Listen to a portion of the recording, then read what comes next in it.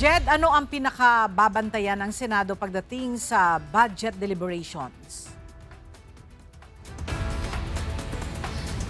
Mahigpit na oversight o pagsusuri sa infrastructure spending ang tututukan ng Senado ngayong budget deliberations dahil ayon kay Senate President Sherwin Gatchalian, ito ay upang maprotektahan ang pondo at matiyak na ang bawat sentimo ay mapapakinabangan ng bawat Pilipino.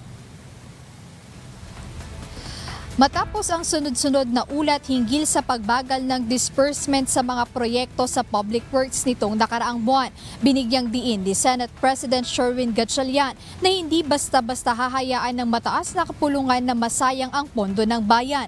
Ayon kay SP Gatchalian, batay sa datos ng Department of Budget and Management o DBM, naitala ang 269.4 billion pesos na nagastos para sa infrastruktura mula Enero hanggang Mayo ngayong taon.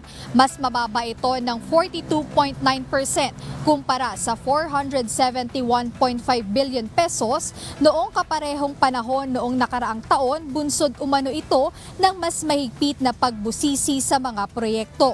Dahil dito binigyang diin ng dating pinuno ng Senate Committee on Finance na si Senator Gatchalian na pangangalagaan nila ang mga reformang nagbibigay diin sa fiscal transparency.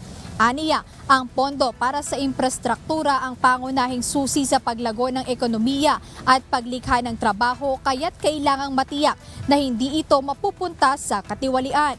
Pagdating naman sa flood control projects, sinabi ng bagong Senate Committee on Finance Chairperson na si Senator Joseph Victor J.V. Ejercito na dapat ibalik ang pondo para rito matapos i-zero ang alokasyon nito noong nakaraang taon. Gayunpaman, ipiniliwanag ni Senator Ejercito na tanging ang mga nabingbing proyekto lamang ang paglalaanan ng budget sa 2027.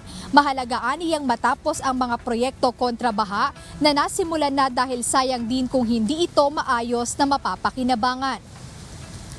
7.2 trillion pesos ang hinihingi ng pamahalaan para sa susunod na taon. So 6% itong mas mataas kumpara doon sa 6.7 trillion pesos na national budget ngayong 2026. So dito sa nasabing pondo, pangalawa yung Department of Public Works and Highways o DPWH sa mga ahensyang paglalaanan ng malaking alokasyon. So dito sa nasabing pondo, nagkakahalaga ng 644 billion pesos yung panukalang budget para sa DPWH. Ayan muna update. Balik sa'yo, Ella.